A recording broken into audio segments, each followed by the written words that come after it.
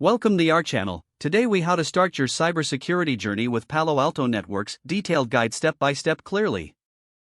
Begin by understanding the fundamentals of cybersecurity. Familiarize yourself with key concepts such as threats, vulnerabilities, and risk management. Research the importance of cybersecurity in today's digital landscape. Explore different areas within cybersecurity, including network security, endpoint protection, and threat intelligence. Create an account on the Palo Alto Networks website. Navigate to the training and certification section of the site. Review the available courses that align with your interests and career goals. Start with the foundational courses to build a solid understanding.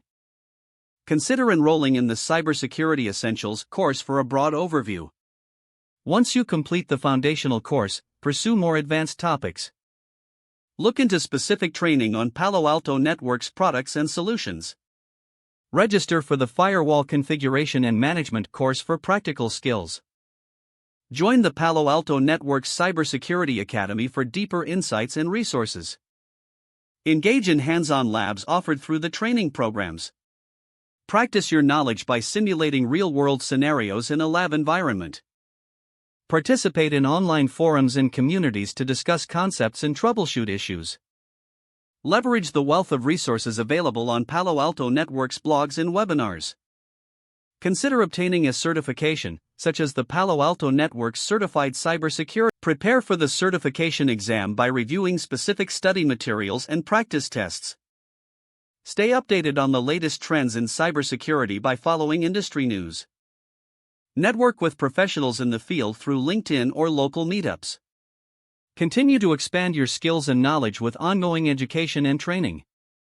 Reflect on your learning journey and set new goals to advance your career. If the page does not load, refresh the browser or try again in a private or incognito window.